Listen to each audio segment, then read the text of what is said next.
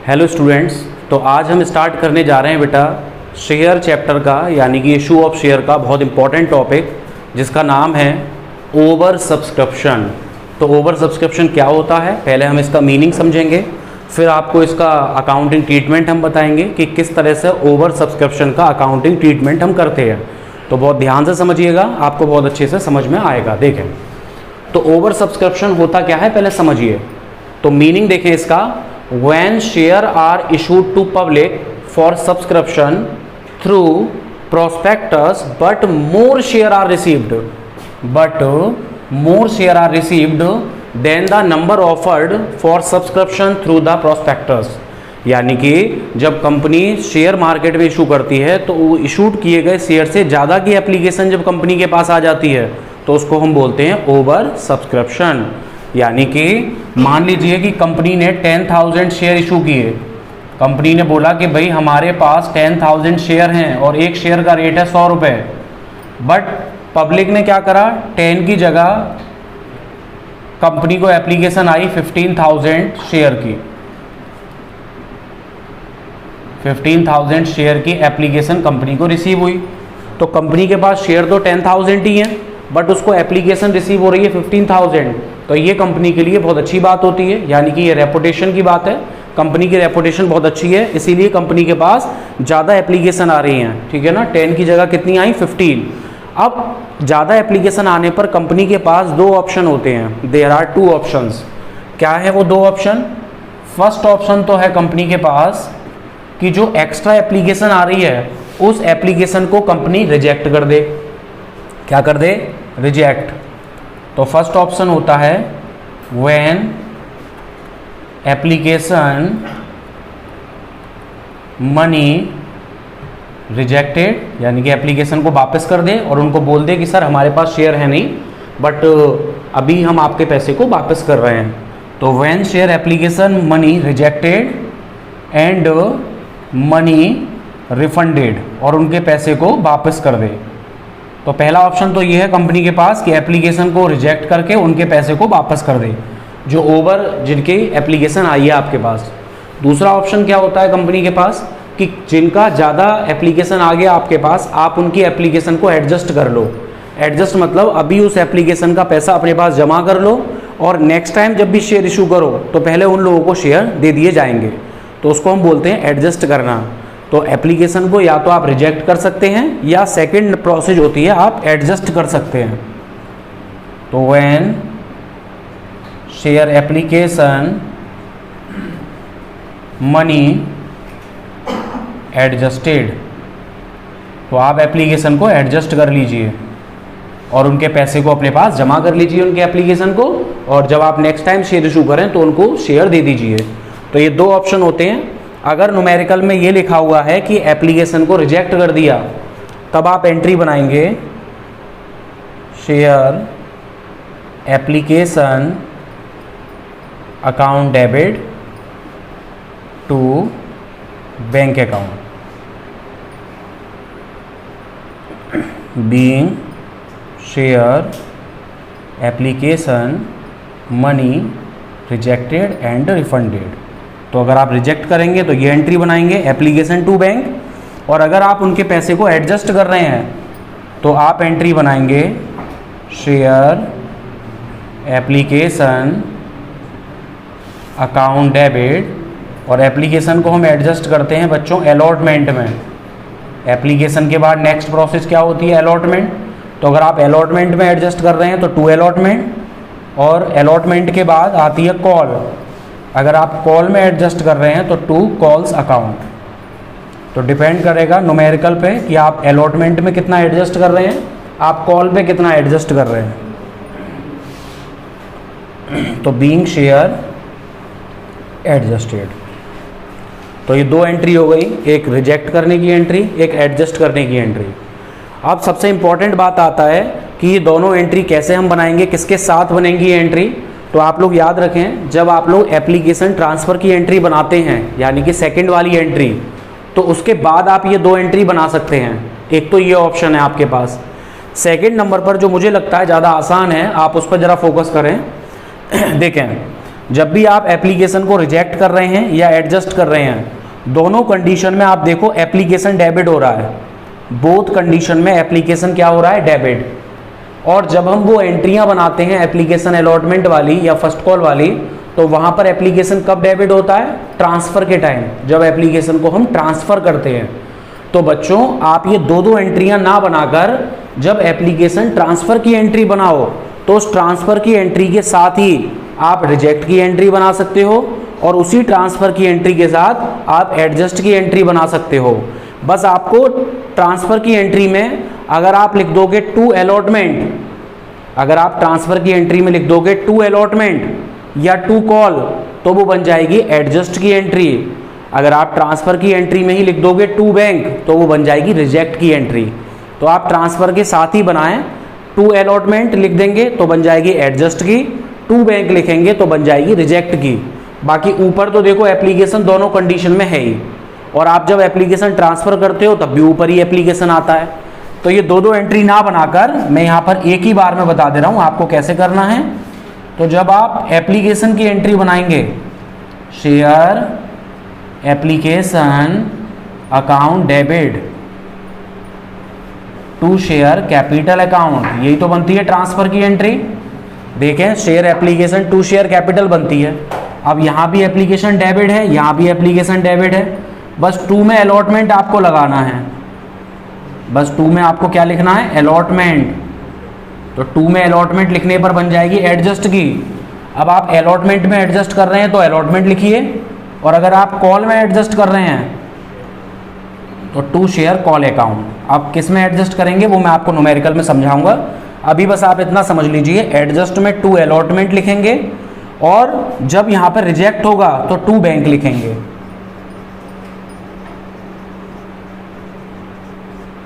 तो to bank का use कब करेंगे, जब हम एप्लीकेशन को रिजेक्ट करते हैं, और टू अलॉटमेंट या कॉल कब लिखते हैं, जब हम एप्लीकेशन को एडजस्ट करते हैं। तो आप एडजस्ट और रिजेक्ट की एंट्री एप्लीकेशन के साथ ही बनाइए, तो वो ज़्यादा बढ़िया है। ये दो दो एंट्री बनाने से आप बच जाएंगे। तो आप लोग क्या करें, जब एप्लीकेशन ट्रांसफ़र की एंट्री बनाएं तभी इसमें ये बढ़ा दीजिए और नरेशन में लिख दीजिए being transfer made with adjusted and rejected, कि हमने एप्लीकेशन को एडजस्ट कर लिया और रिजेक्ट भी कर लिया। तो आई होप आपको ये ओवर सब्सक्रिप्शन समझ में आया होगा। मैं फिर से कुछ सेकंड्स में अपनी बात को समअप कर रहा हूँ, ध्यान से समझिए। ओवर सब्सक्रिप्शन का मतलब ओवर एप्लीकेशन आ जाना। ओवर एप्लीकेशन में दो ऑप्शन होते हैं, या तो आप एप्लीकेशन को एडजस्ट करें या रिजेक्ट करें। अगर आप रिजेक्ट करते हैं तो आपको एप्लीकेशन की एंट्री में टू बैंक लिखना है। अगर आप एडजस्ट कर रहे हैं तो आपको एप्लीकेशन की एंट्री में टू अलॉटमेंट लिखना है। तो अलग से दो दो नहीं बनानी है। आप जब एप्लीकेशन ट्रांसफ़र की एंट्री बनाएं तभी आप टू अलॉटमेंट और टू बैंक, ये दो बातें बस याद रखें। टू अलॉटमेंट मतलब एडजस्ट करना और टू बैंक मीन्स रिजेक्ट करना। तो आई होप आपको समझ में आ गया होगा। ठीक है, चलिए अब इसका एक न्यूमेरिकल देखेंगे। हाँ जी स्टूडेंट्स, तो अभी बेटा हमने सीखा ओवर सब्सक्रिप्शन, तो उसी का एक न्यूमेरिकल अभी हम लोग करेंगे और उस न्यूमेरिकल में इसको समझेंगे कि किस तरह से इसका अकाउंटिंग ट्रीटमेंट आपको प्रैक्टिकली करना है एग्जाम में।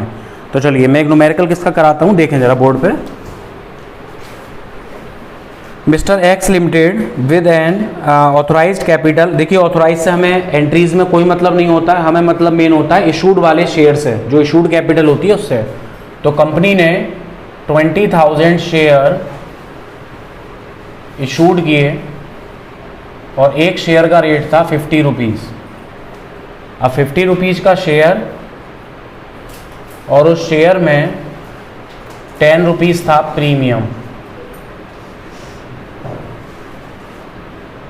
इट मीन्स 50 का शेयर था, 10 रुपये उस पर प्रीमियम है, तो अब ये हो गया टोटल 60 रुपीज़ का।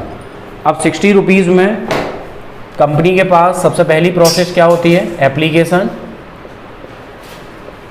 पेमेंट रिसीव करने की first process application, second process allotment, फिर फर्स्ट कॉल और फिर है सेकंड एंड फाइनल कॉल।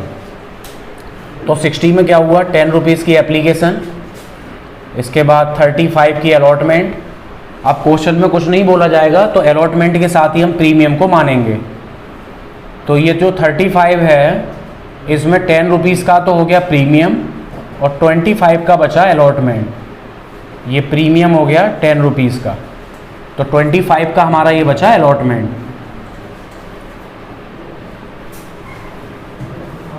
और 10 की फर्स्ट कॉल और 5 की सेकेंड एंड फाइनल कॉल। तो जब आप इसको काउंट करेंगे तो टोटल 60 हो जाना चाहिए हमारा। तो 60 हो रहा है, ठीक है।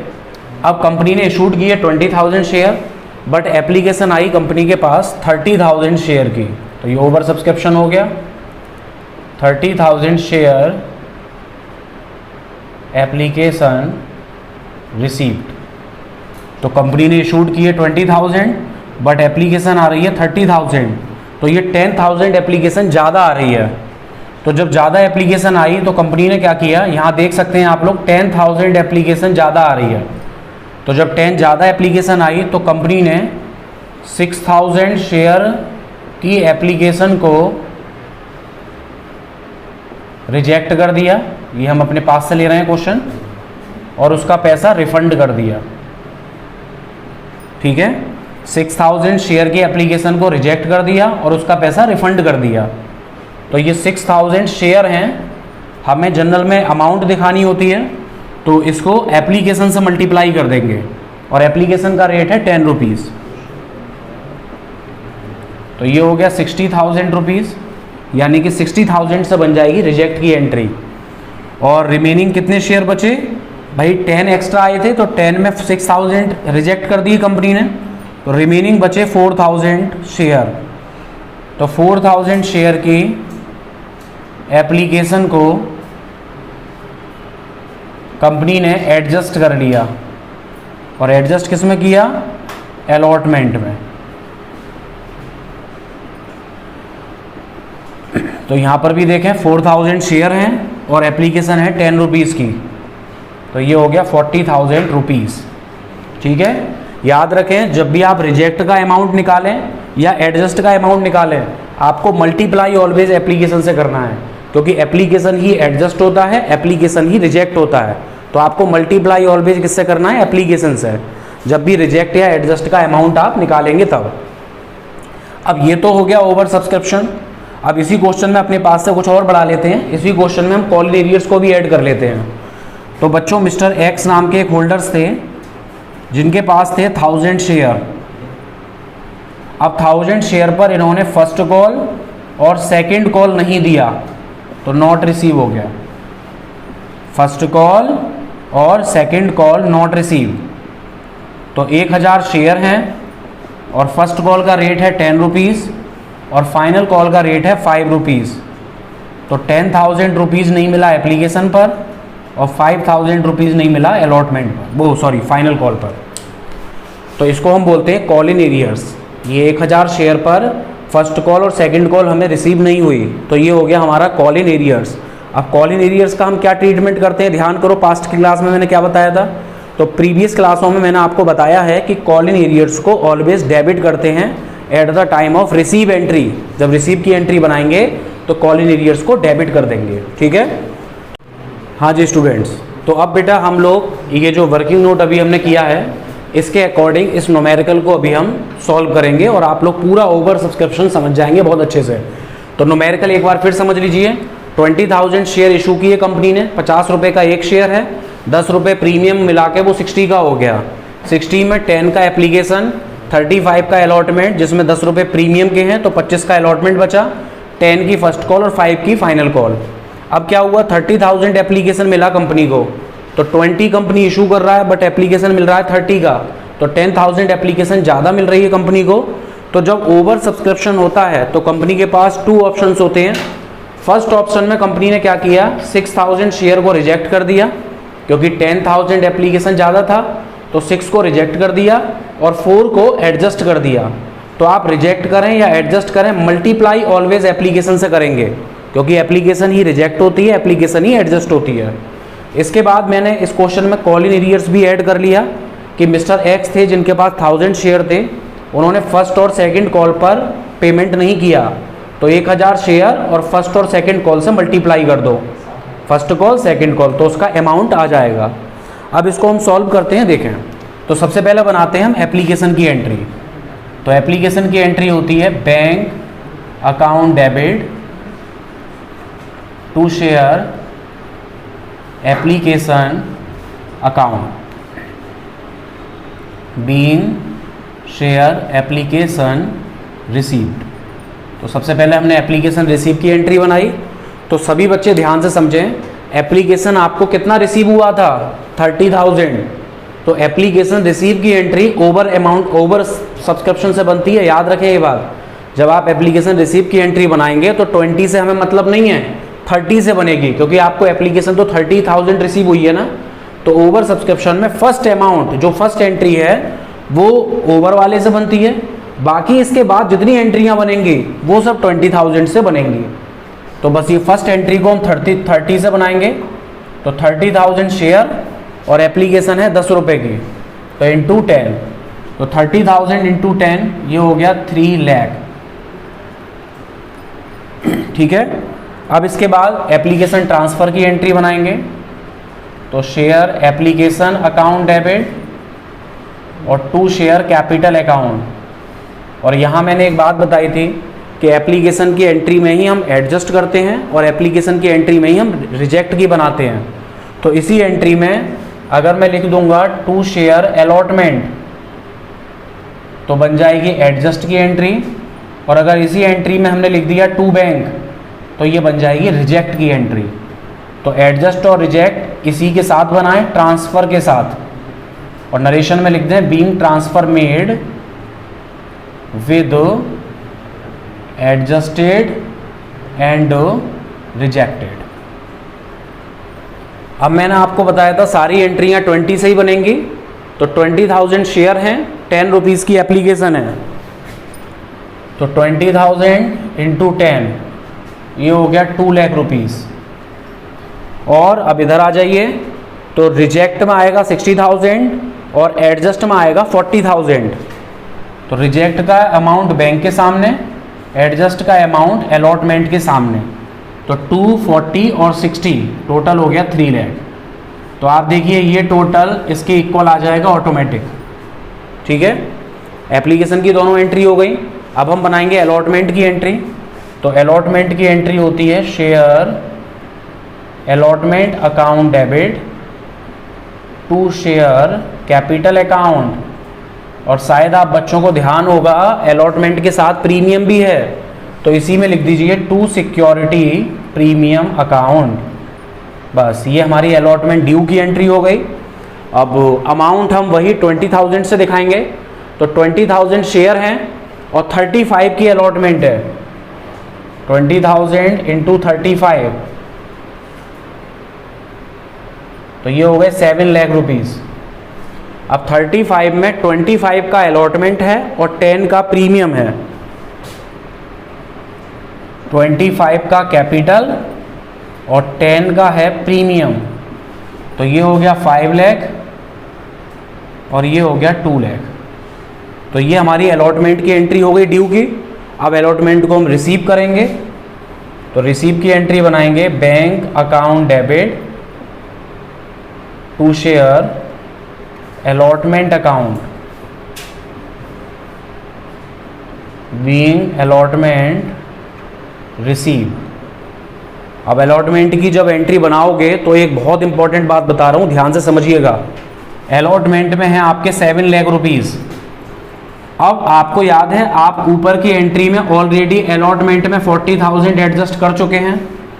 तो जितना अमाउंट हम अलॉटमेंट में एडजस्ट कर चुके हैं उतने अमाउंट को अलॉटमेंट की रिसीव की एंट्री में से डिडक्ट कर दिया जाता है, इसको मत भूल जाना।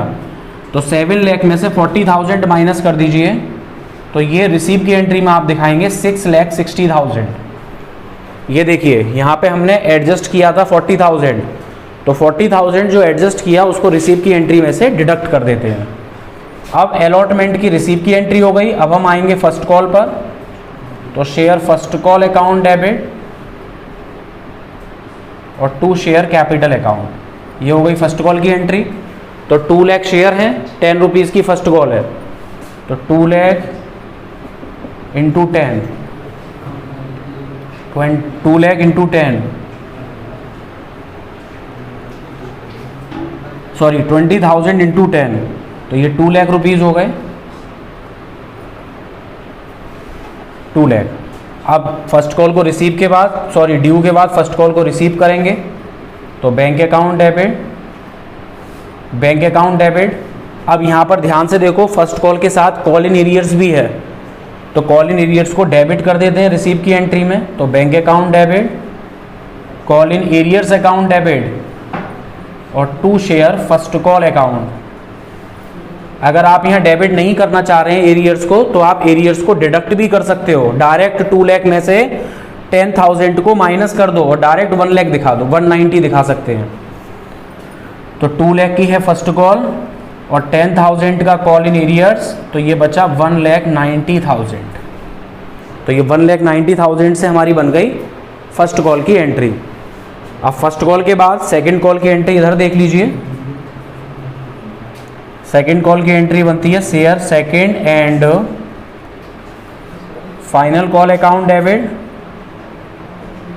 To share capital account.